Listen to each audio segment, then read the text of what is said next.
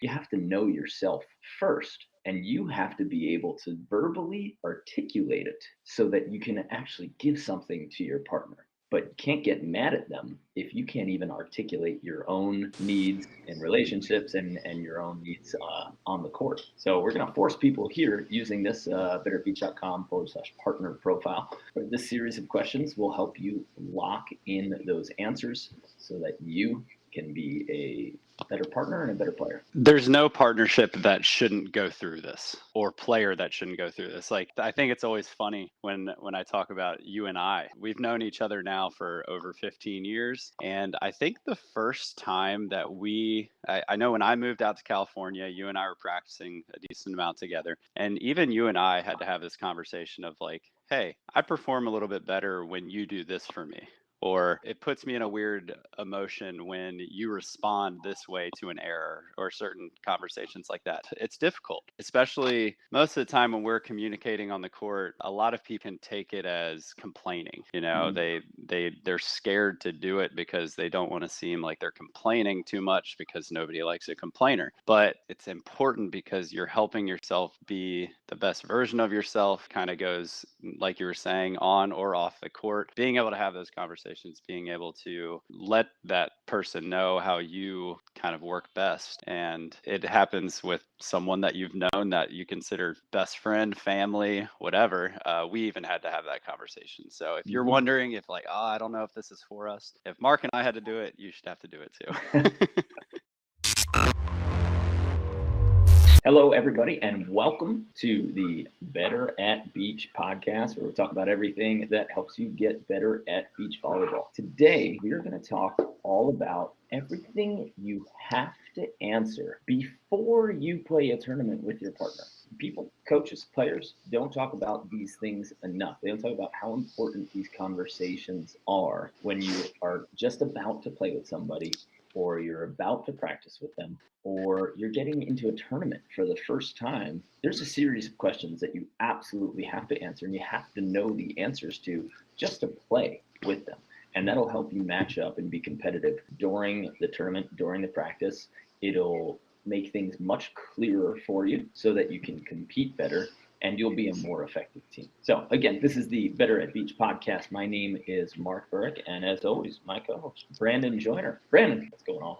Good morning. Happy to be back. I like the partnership talk. I think a lot of times we get so bogged down on who we are as players that we forget we have someone on the other side of the net that wants to help us. And these conversations are definitely important, because not only does it allow, well, a lot of the times we haven't answered these questions ourselves as players. We haven't even thought about the partnership aspect. So I'm excited to go through these questions and help some people understand the type of players that they are and the type of player that they're looking for to play with. Definitely more important than, I know I've been on a lot of teams at this point in my life, and especially in the world of beach volleyball, you play with a different person all the time. So being able to walk onto the court for the first time and let that person know, hey, this is what helps me be a better player. I'm here to help you be a better player. And it just starts a conversation and the partnership off on a good spot. So excited to go through it. For those coaches out there that are listening, about to listen, this is a tool that we have absolutely developed for you. This is one of those tools that we've developed for coaches, I think, even more so than players, where you can take this quiz, and if you go ahead, there's an easy way to find it. All you got to go to is betteratbeach.com/partner profile, and we have this assessment written out for you. And then once you fill out those questions, you get them emailed. You have a printout for yourself, but to give to your players so that they can start asking themselves the important and the good questions. That's what we're looking for. And I will be 100% honest.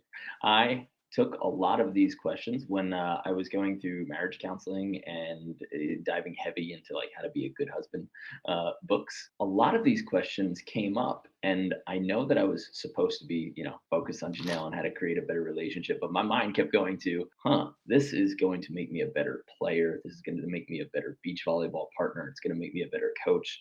Because all of these kind of relationship and detailed questions that you should answer, most of the time you don't know them. You don't lock yourself in to knowing exactly what you need out of your partner, and knowing like what you actually hate and why you hate it, or what you love and why you love it. And if you're in a relationship, either inside or outside volleyball, you have to know yourself first. And you have to be able to verbally articulate it so that you can actually give something to your partner. But you can't get mad at them if you can't even articulate your own needs in relationships and your own needs on the court. So we're going to force people here using this betterbeach.com/partner profile. This series of questions will help you lock in those answers so that you can be a better partner and a better player. There's no partnership that shouldn't go through this.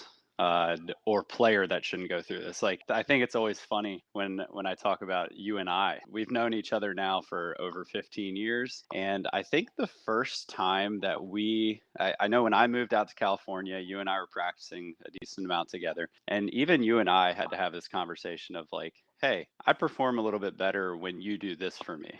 Or it puts me in a weird emotion when you respond this way to an error, or certain conversations like that. It's difficult, especially most of the time when we're communicating on the court. A lot of people can take it as complaining. They're scared to do it because they don't want to seem like they're complaining too much, because nobody likes a complainer. But it's important because you're helping yourself be the best version of yourself. Kind of goes, like you were saying, on or off the court. Being able to have those conversations, being able to let that person know how you kind of work best. And it happens with someone that you've known that you consider best friend, family, whatever.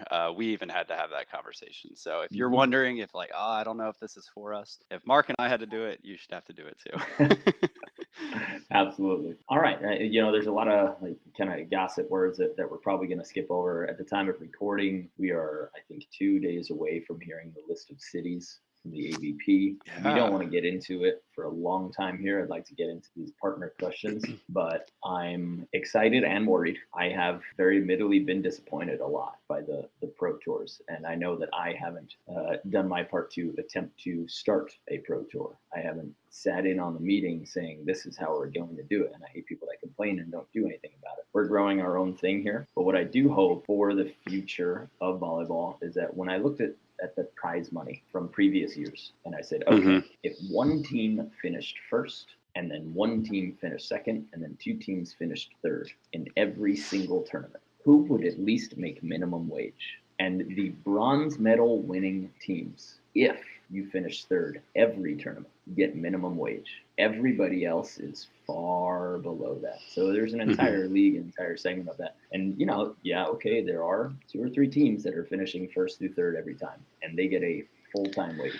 Not a good living, unless, of course, you're going to then world tours and you're getting those high finishes then. And you can work your way and get sponsorships, which I guess is part of the full-time hours that an athlete's going to put in. You should focus on winning first. You should focus on building your own things first, developing your audience first, instead of all these young players who the first thing they do is try to get their pair of board shorts paid for. And now you spent 8 hours trying to get board shorts paid for. You just valued yourself at less than minimum wage. Instead of building your own thing, like why not start talking to some factories and some American factories and say, I want to develop my own line of board shorts, something like that. I'm almost ready to be disappointed, but I am excited because maybe there's going to be enough tournament options where more than 6 players can make a full-time wage. That's what I'm hoping for. And there's supposed to be a lot of tournaments listed. I think there's supposed to be 30 tournaments listed, and I can pretty much guarantee that they're not all going to be big money. That flying to a bunch of the lower tiered tournaments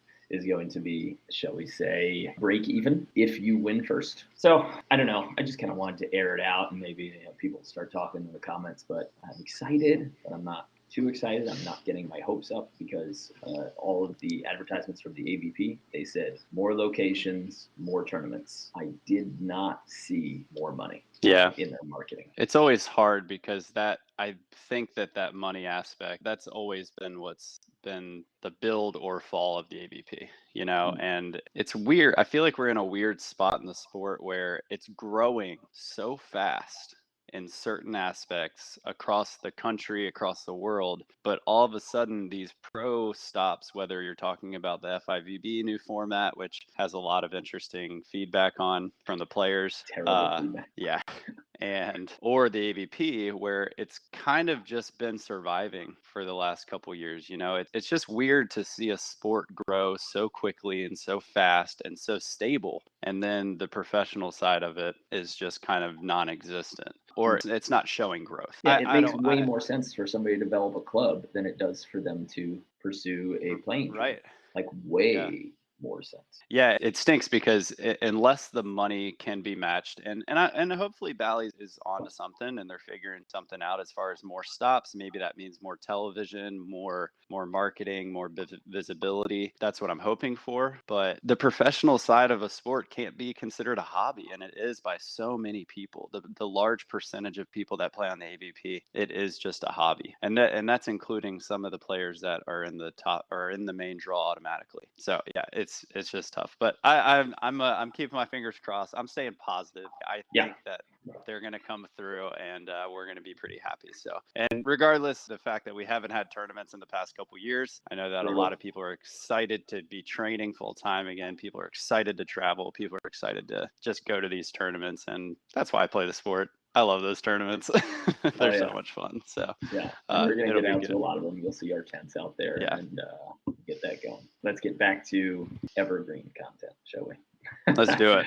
Yeah. Question 1, right? Question 1 that you need to answer, and that's a really good tie-in to the end of our introduction. When you're talking to your partner, when you're talking to your players, first question is, what is your reason for being here at this practice or tournament? And this takes a lot of diving in, like deeper, deeper, deeper. You should ask yourself deeper probably 3 times before you finish answering this question. But for some of us, it's to compete. For some of us, it's to get the Letterman jacket, in high school. For some of us, it's to exercise. I know that the way that I compete and the way that my wife Janelle wants to play volleyball, extremely different pages. And when I play with her co-ed, I have to be on her page. This is only about fun. We're not trying to win, compete. We're just trying to do well and have fun. Because if I'm sitting there and I'm trying to win every point as hard as I can, and she just wants to enjoy herself and enjoy her time with me, we're going to be button heads. That marriage isn't going to last too long. Hey. I'm just kidding. It will.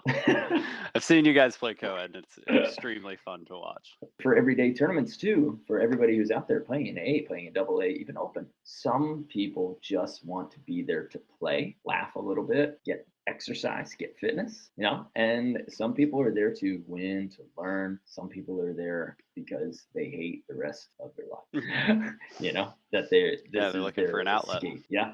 And you have to recognize that. If you're a great coach, if you're a great partner, you have to be tuned into that so that you can help your partner be that version of themselves on the court. Yeah. And I think especially that last part, understanding what your training group is like.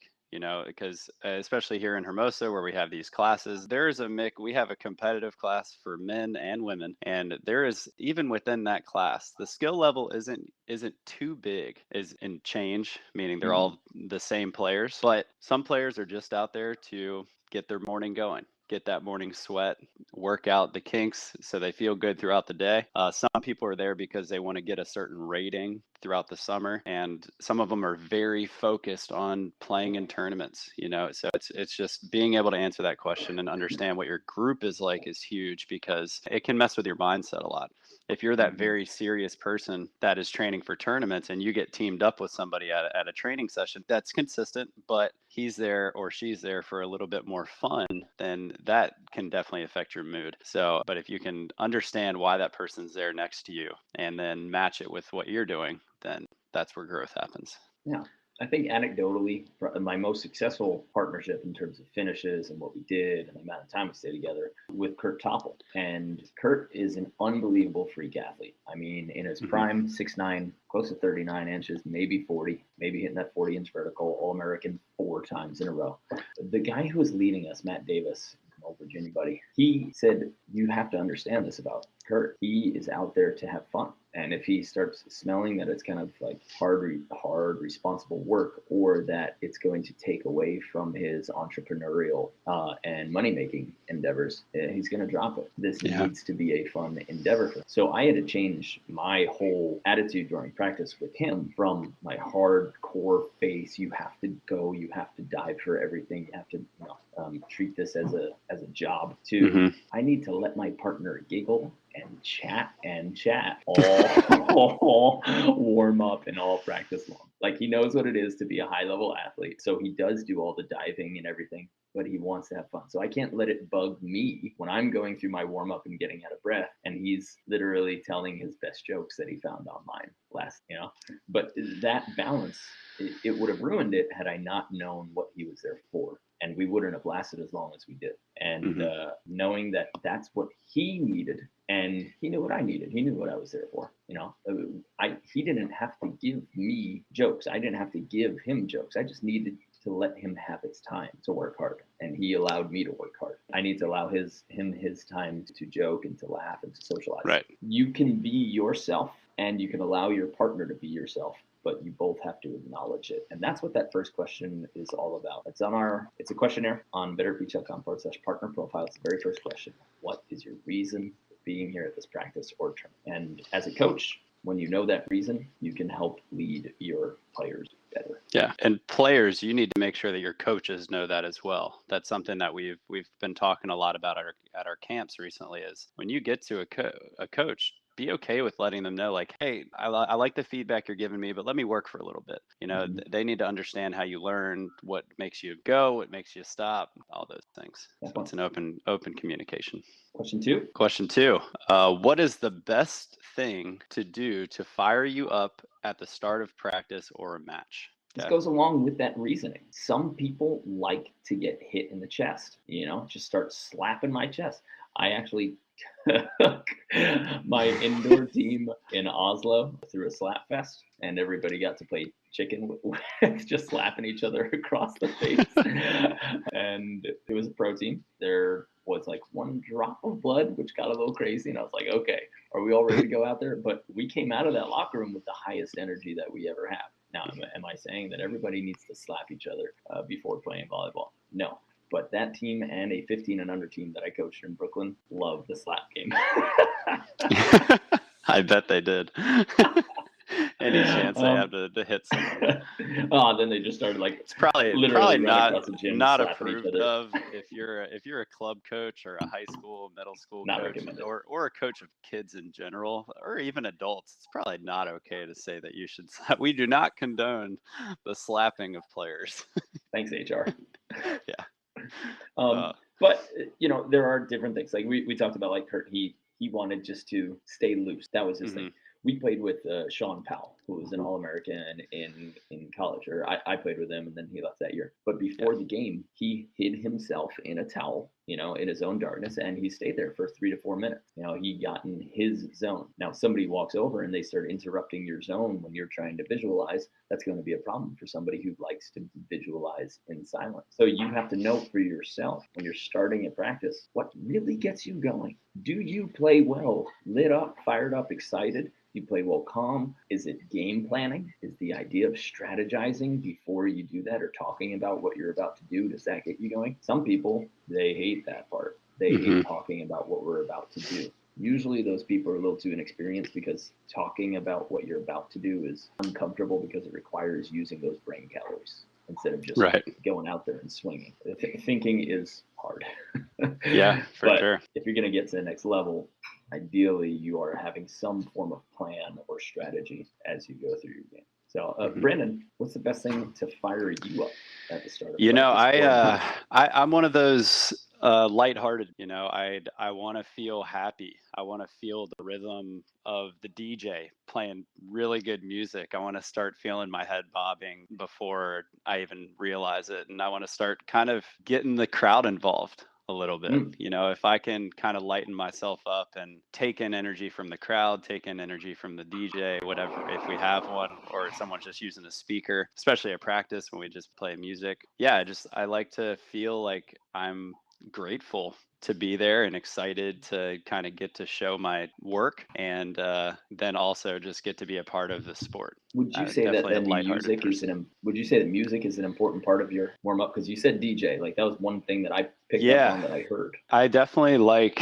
I'm thinking about a game past summer in Seaside, and their Seaside is an amazing tournament. It's kind of, there's no stands. They kind of build up sand berms and stuff like that, but there's people around every single court. So we were on one of the outside courts, and somebody happened to be walking by, and we had a pretty big crowd. And this guy was just carrying like a backpack speaker that was like the size of him, and he happened to sit down right next to our court, and he was playing amazing music for the warm up. Stayed for the entire match, was just blasting amazing music. And after the game was done, I gave a high five to Jake, my partner. I gave a high five to the other two guys on the other side of the net, and he was the next person I walked over to.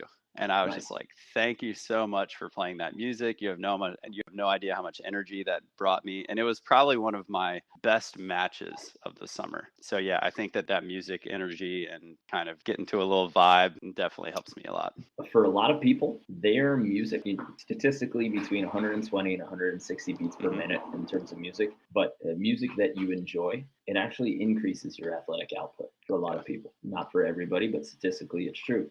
So if you're thinking, hey, I need to have a good practice today, hey, I need to have a great match, maybe music is your thing before you do it. And that should be a part of your preparation. Figure out how you can get some ear Hmm. pods, figure out how you can get some music in your life during that match. For Right. me, it's usually it's a little bit of game planning, Hmm. and then it's picking a fight. I don't know why, but I play better when I'm a little bit angry, not out of control angry, and when I think somebody's trying to take something from me. I like that it's us against them mentality, Yeah. and that gets me excited. And so if somebody's a little bit too light or they're like, yeah, let's just go have fun, I don't really like that. Yeah. It's No, turns into it battle. I would say once that first serve comes, things definitely start to become personal for me. But leading up to that first point, yeah, I'm getting in my own zone that way. Okay, next question that everybody should answer for their partners. Be able to tell your partner this, be able to tell your coach this, and coaches, you have to know this about your players. Next question is,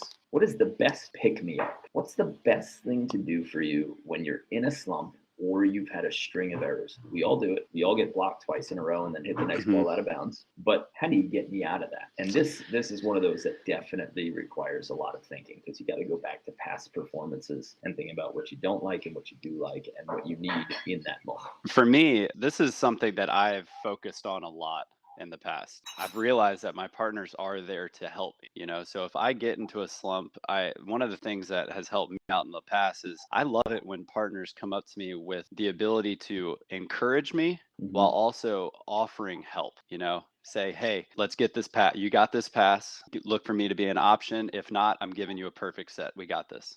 Something along those lines where not only it's not, "Hey, you can do this." It's, "Hey, we got this. Let's make a good pass. Let's figure out a way to make a good play. If you want to give me an option, we can do that. If not, let's get a perfect pass set and then we'll side out." But I think the conversation, as long as I hear something that's talking about a we instead of a Mm-hmm. you, that calms me down a little bit. And then also, I can get in my own head a lot. I think especially us being coaches, I tend to analyze my errors. And so a lot of times my partners have realized that I play better when I'm smiling, when I'm a little happy. So they'll kind of give me a little joke, something light, Mm-hmm. not specific onto what my error is about, but get me giggling, laughing a little bit, so it's a little bit more lighthearted, and then it's back to work. But it took me I a long think time to figure that out. do the people you play with know that? Yes, now I'm at the point where I've made people aware of that. I think the season that never happened, I was probably in one of my best partnerships as far as understanding with Christian Honer. Yeah. We knew what helped the other person, and we were there to help that other person as well. And but that communication was very open with both of us. I think we had played with some people that we weren't pleased with in the past, so we went into it being like, "Hey, let's test out this partnership, but let's make sure that we're doing this and this to help ourselves be comfortable." I like that. Yeah. For me, I mean that pick me up is going to be again like, hey, they're trying to take something from us, and you're the Hmm. man. Those two sentiments, like you're the man. Whatever just happened, that's not you. You got blocked, yeah, but more often you get a kill. So Hmm. statistically, you're about to get a kill right now. letting you know that your bad is not the norm and that I still got your back and we're going to bust these people up. For some people, it might not be that. Whenever figure that out. Yeah. If you're watching this right now and you're that avoids eye contact or throws your hands up in the air after somebody makes an error, I can go ahead and say that 100% is not what that person wants. I don't care who that person is.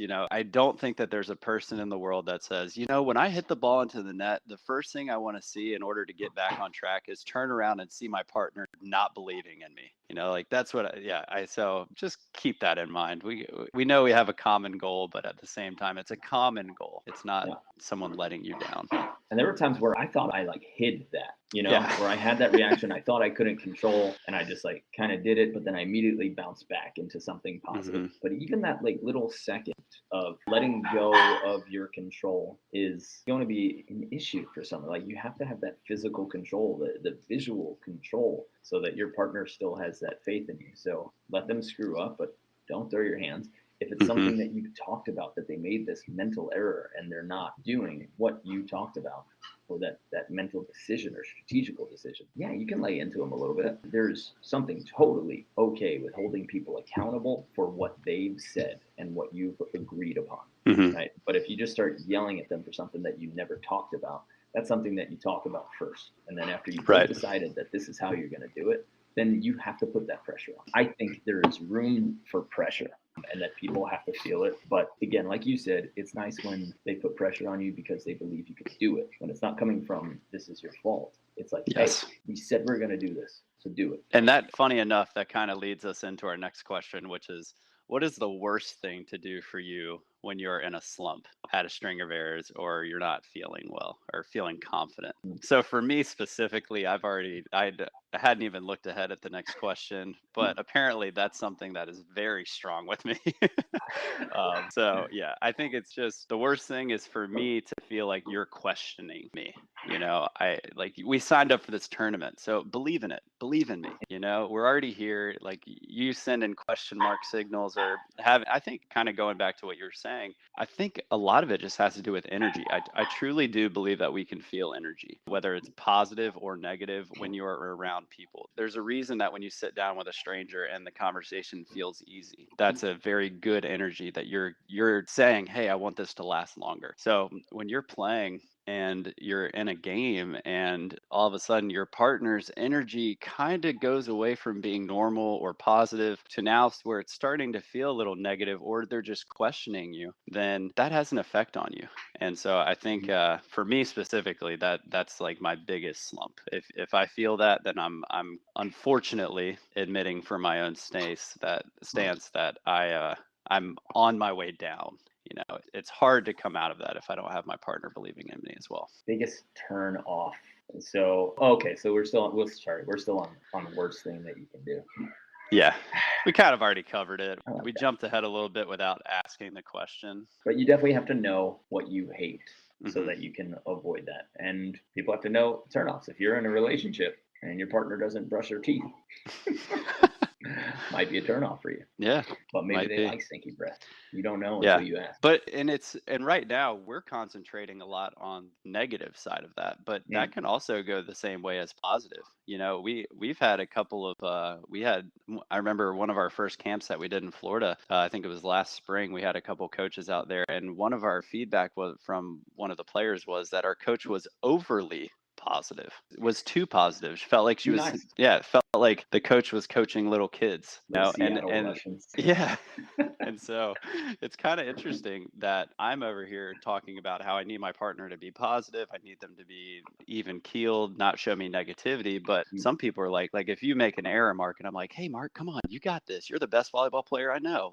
You're just a good person. If I start saying all this stuff to just kind of boost your ego and you feel like that's fake too, it can have the same kind of feeling. Yeah, we definitely all take that differently. Because some people, like I said, they like keeping that positive environment. Some people feel worse because they think that creating too much positivity is insincere. It's fake. Right. And then they feel like they can't trust you in that moment. There's a lot of different ways that people come, places that people come from, that is okay because it's where they came from and it's who they are, but you just have to understand it to be able to work with it. Your biggest next question. Again, guys, all of these questions, you can go through them. We're not going to have time to go through all of them, but they're very important questions that you can go through. And if you want to check it out, it's at betteratbeach.com/partner profile. It's a simple questionnaire that you can go through and you can give to your teammates and partners so that at least you get the start to some answers.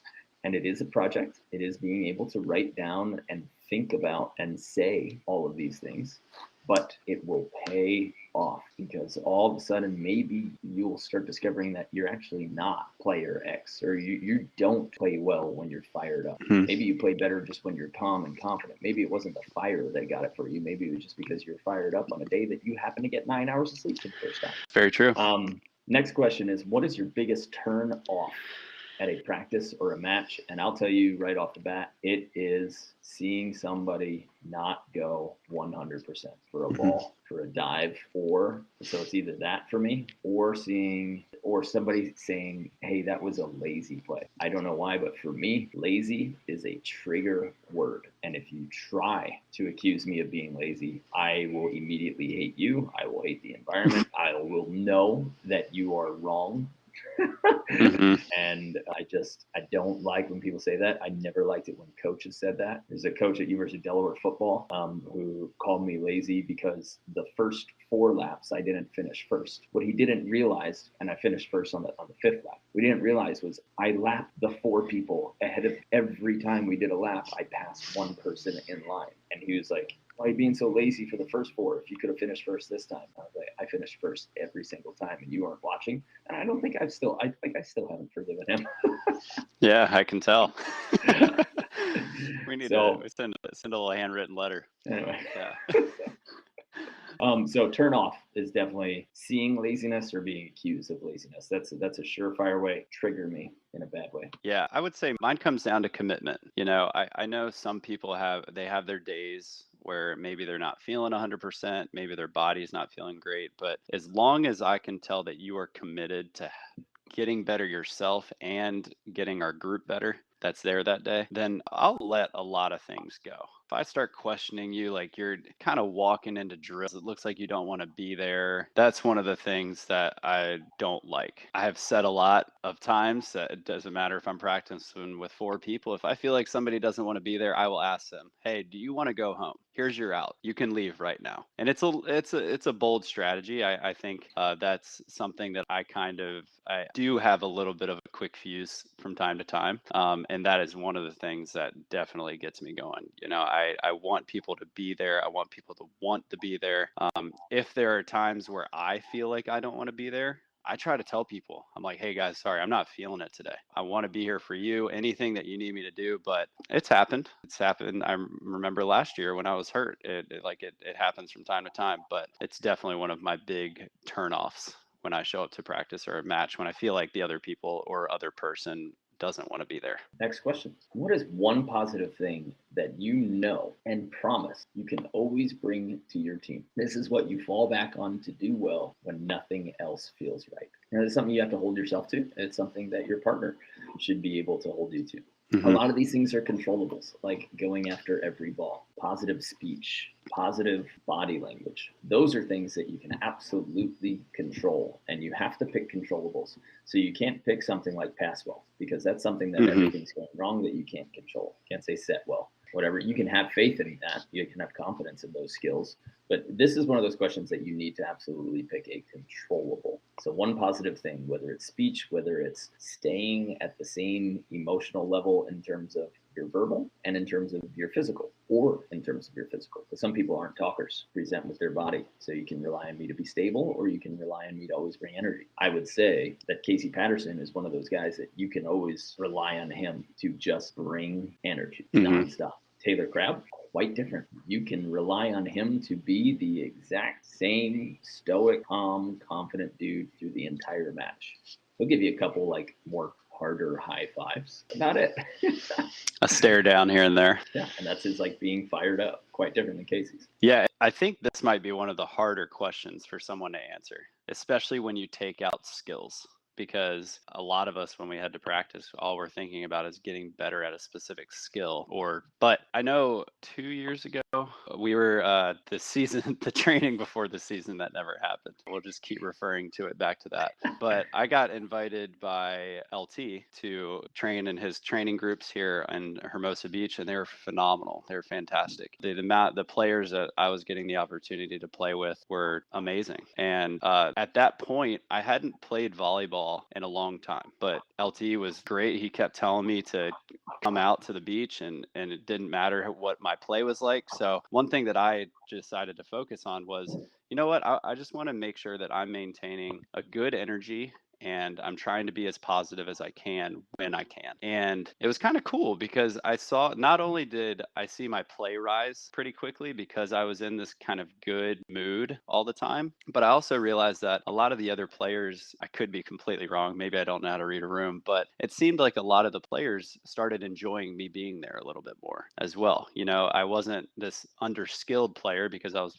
playing with a lot of guys that were in the top 10 of rankings of AVP, and I wasn't that guy yet. But these guys started to trust me. They knew what I was going to be bringing, and eventually I started fitting into these practices and competing to a point where I felt like I deserved to be there. So I think that was kind of my outlook, and I've tried to carry that forward as well, but it took me kind of being in an interesting situation with that practice squad. One thing that I just got reminded of as you're going through that was the biggest turnoffs that we were talking about. One thing that shocked me that I didn't realize, the 3 times that I asked groups of women of what their biggest turnoff was, the number one thing that was written on those whiteboards was being mean to me or the other team. For guys, that did not come up in any way. You know, that wasn't a real thing, like being mean to me or being mean. You know, maybe it's a tough guy thing that like you don't want to say like, hey, don't be mean to me. But I think that guys do have that kind of battle mentality, like, yeah, we're gonna F them up. But it was just interesting to know that if my partner being mean to the other team, you know, like defending us, that it'll turn me off. I thought that was super interesting. I just remember that as we we're going through these questions. Something that I would not have known or paid attention to in any way if I didn't ask large groups and have them all write out their answers. And so important to know. For sure. All right. We said one positive thing that you know and you could promise, and that has to be a controllable. Yep. And here's a tough. I was just going to read the next question. For what physical attribute or skill, be very specific, is your greatest strength? Okay, I need to make sure that you're specific about this. I think that this question has to be answered by other people. You should write down your own answer, and then all you have to just go around to people and say, what do you think I do great? What do you think I do great? What do you think I like? What is the best part of my game? Get 10, 20 answers. It might shock you that nobody sees what you see, or that maybe they do. But we get this, yeah, I'm great at that, and I know I am because I've told myself that for so long, or I did this a certain way for so long, and nobody says that I do it bad. But until people are actively coming out and telling you, dude, you are the best X I've ever played with, you can be sure it's somewhere in the middle. And if you have that supreme confidence in something, you need to double check that with a group of people that you trust at least a little bit and have played with you and say, what do you think I did well? So this question you can answer for yourself, but I'm not even going to count that as an answer because you need to get at least 10 other people to answer it for you. I like that. It might have to be a challenge that I set for myself because I don't think I've asked that many people that question. So might have to do that this week myself. Hopping on the homework bandwagon.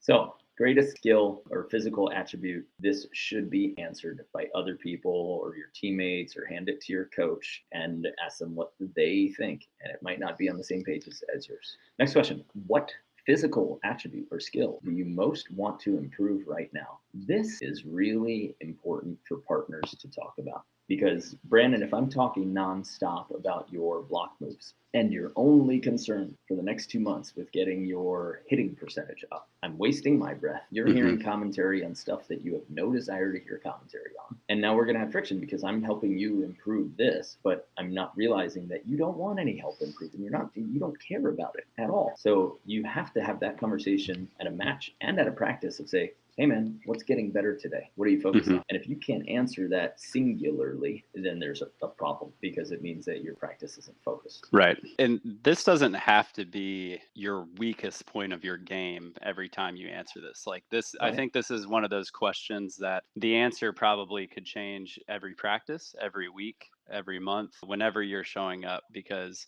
it's what you plan on improving at that moment. Hopefully, you're making these blocks for yourself. We have these practice plans where we go through 2 weeks of passing, 2 weeks of setting, 2 weeks of attacking, 2 weeks of defense. As we go through those practice plans, they have a strict focus. So for us, when the focuses are presented to you within the practice plan, then that helps a lot with, especially if you have a coach, with giving that feedback. I think a lot of times if you don't have a reason for switching, don't switch.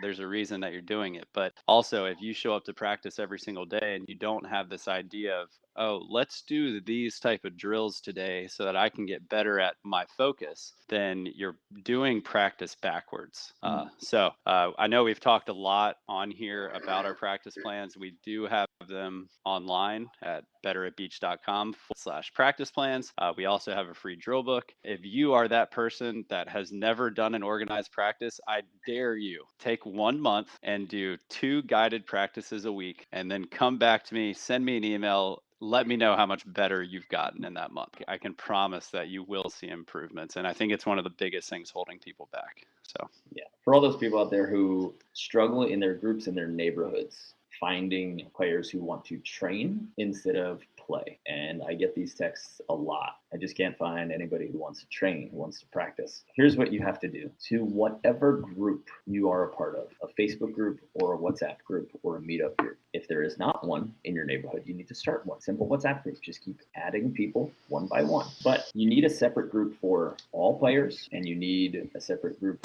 for players who want reps and training. And you can call it your reps group. But the next time you want to go out and practice and get better at something, don't say, hey, I'm going out to play volleyball. Who wants to play? You say, hey, I'm going out to do a 3-person practice, or I'm going out to do reps with 4 people.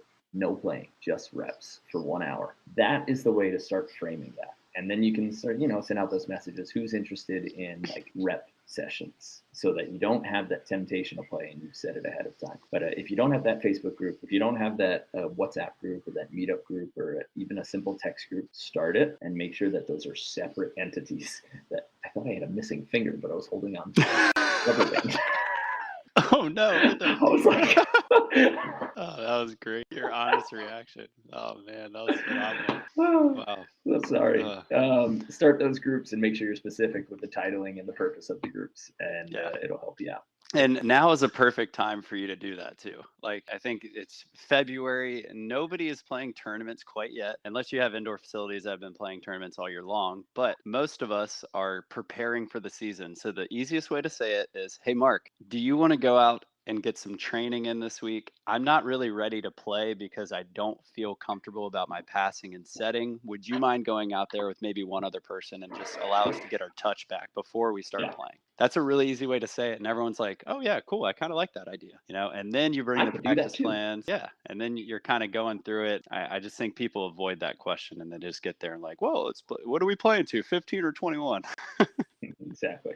And if you Yeah. need help, if you don't know what you're doing, you just go to betteratbeach.com/practice plans. We have the videos all set up for you. We have 2-hour practice plans, over 50 practice plans in there, drills written, times written out, explanations of drills, and videos of them, so you can't get confused and you have a direction. So if you're interested in that, go to betteratbeach.com/practice plans. We have time for only 2 more on the partner profile. And if you Okay. want to finish this up, if you want to wrap it up for yourself at home, go to betterbeach.com/partner profile, and you can answer all of the questions that we have there. And it will be a very important exercise for you and your partner to do, and most importantly, for you to share the answers. Don't just do it, learn about yourself, and then not give that information to the people that you play with. But this should be a group or a team. Yeah. So the question that I do want to skip to, this is where we get the trick questions. It's if you're in a high pressure situation, you're winning 15-14 in the 3rd set of Manhattan Beach Open, and you have a swing to win the match. You're about to get your name on the pier. Close your eyes. What swing do you use to finish it. What swing do you swing for? Winning swing. I'm not telling you. You should visualize. I'm not telling you, but everybody should have this answer. The next question tricks them. Okay, this next question is a trap that we lay for people in this partner profile. If you're in a high pressure situation and you are losing 14-15 in the third set of the Manhattan Beach Open, so you get one swing, and if you miss, the other team gets that championship. What swing do you go for? This is a trick question because that answer should be the same. You should have supreme confidence in one or two swings and know that that is your go-to. Know that it's what you're good at or best at, right? Of course, you don't want to go for it blindly, but you want to be able to set up your offense consistently so that it's more available for you, right? Whatever that swing is for you, that high pressure swing, it should be the same. It should be the one that you trust the most, and it should be the one that you score on the most. This might be another situation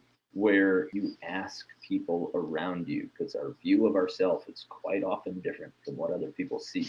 And most people don't recognize it. Oh, no, I'm socially aware. You might be. But somebody else needs to compliment you time and time again and saying, man, you're so socially aware. If you've never heard somebody say that, it's like when everybody says, I'm a great driver. Right. You are not like in NASCAR. I wouldn't put you in the category of great if I have ever met you, period. Wow. You're probably average. Yeah. Right? So this is one of those things. We want to try to design your offense to take advantage of your best. And then, yeah, you're going to have a bailout. Don't just go for it no matter what. But if you feel like if it's even a little bit open, you hit your best shot so that you have a game plan. And then, of course, you can have a B where if it's completely closed and it's closed really early, then you go for this secondary shot. But most often, I think people go into offense thinking that the whole court is open, that they can short poke, they can waterfall, they can cut shot, they can jump out, they can hard cross, they can middle cross, they can hard line, they can high line. And as soon as you have 9 different decisions to make after you jump, you're going to freeze. So you should have an offensive game plan. And this is think about the NFL. Think about all of the quarterbacks who have these plays, and they have this is your first option. If it's closed, then your check down series is this option. Then your third is this option, right? It's not just, hey, everybody run a route and Tom will hit you at some point. He has a specific sequence of things that he's looking at for openings. And he has, a pretty binary code, and more volleyball players should do this. Not go in thinking that the entire court, my entire swing selection is open, but instead, what's my best shot right now? What's my best swing? How do I set myself up so that that is more likely to be open? And then you can play from there. So those 2 answers, high pressure situation. What swing do you go for? That should be your offense. And if you don't know what your best swing is and where you should be hitting from in order to open that up, that's a big problem. That's Shaq not knowing if he should be under the rim or waiting at the 3-point line. That's what you're doing. Literally, metaphorically, that's what you're doing. I like it either way. I think that's I like the little nugget you gave everyone who's watching or listening about the fact that those should be the same. But I think a lot of people change those answers. All that means is you're uncertain. And I like one of the last things that you said was you can help set the shot up for you to succeed. I think it's a big thing that a lot of players don't think of as well. They think of everything as a pass set, and now they have to figure out what shot to hit. But there are ways for you to set up your favorite shot, for whether it's your approach, whether it's where you're starting, whether it's what side of the court you're on, blah, blah, blah. But being able to set yourself up for your favorite shot and then still going through that check down list, I think that's a pretty valuable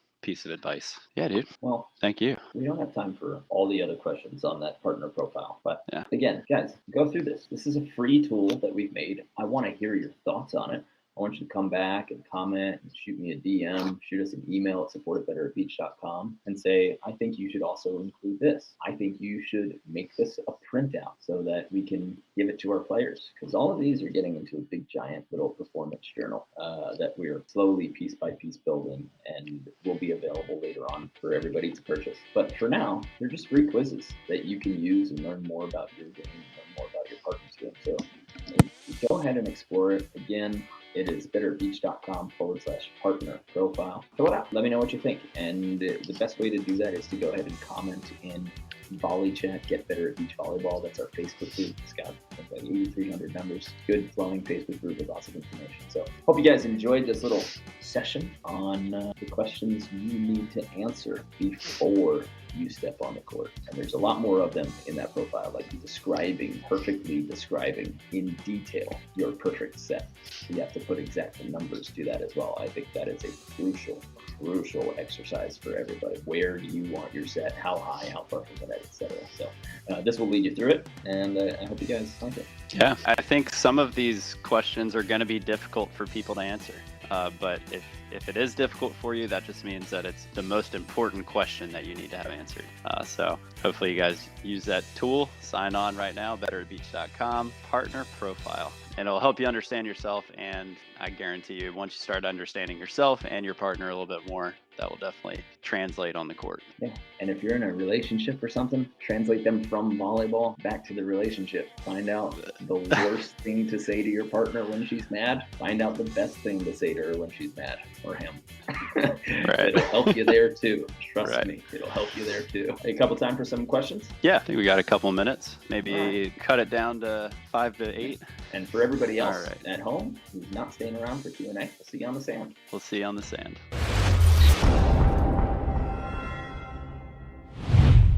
All right, Q&A time. Let's fire it up. Okay. How would you define chemistry? What trait do you see in common from the best partners in the world? To me, chemistry would be understanding and leaving room to understand who your partner is, and then giving them what they need and what they want. And if that works both ways, then you have chemistry.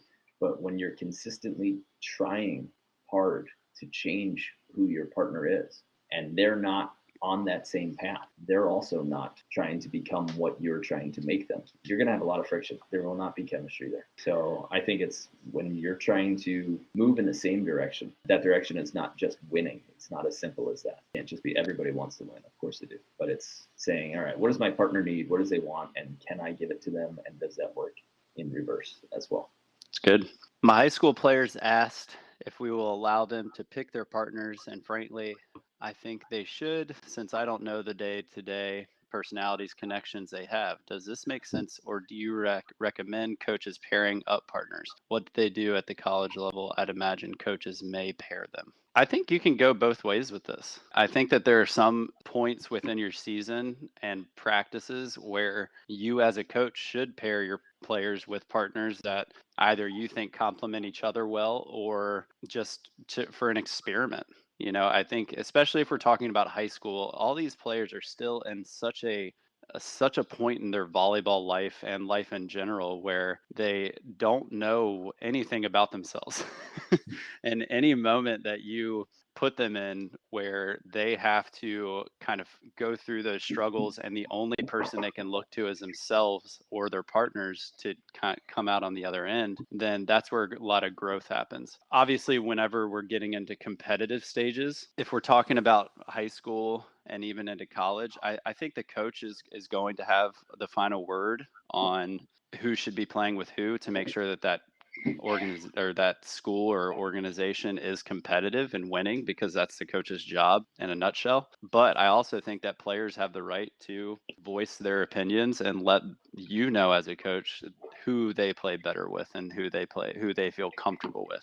So I know that it's probably not the direct answer you were looking for, but I think that's about as best as I can say it. I think it's also valuable as the cauldron system of when you keep statistics on that, saying, look, all of you think that Sarah's the best player, right? But Rachel has scored the most points with everybody, so Rachel becomes this versatile player who can succeed with everybody, even though Sarah's physical and bouncing balls. It's Karch Garai, a lot of people said that what made him great was his ability to make all of his partners great, because he was able to be successful with so many people. And that is one definition of a great player. Can you continue to work with different people?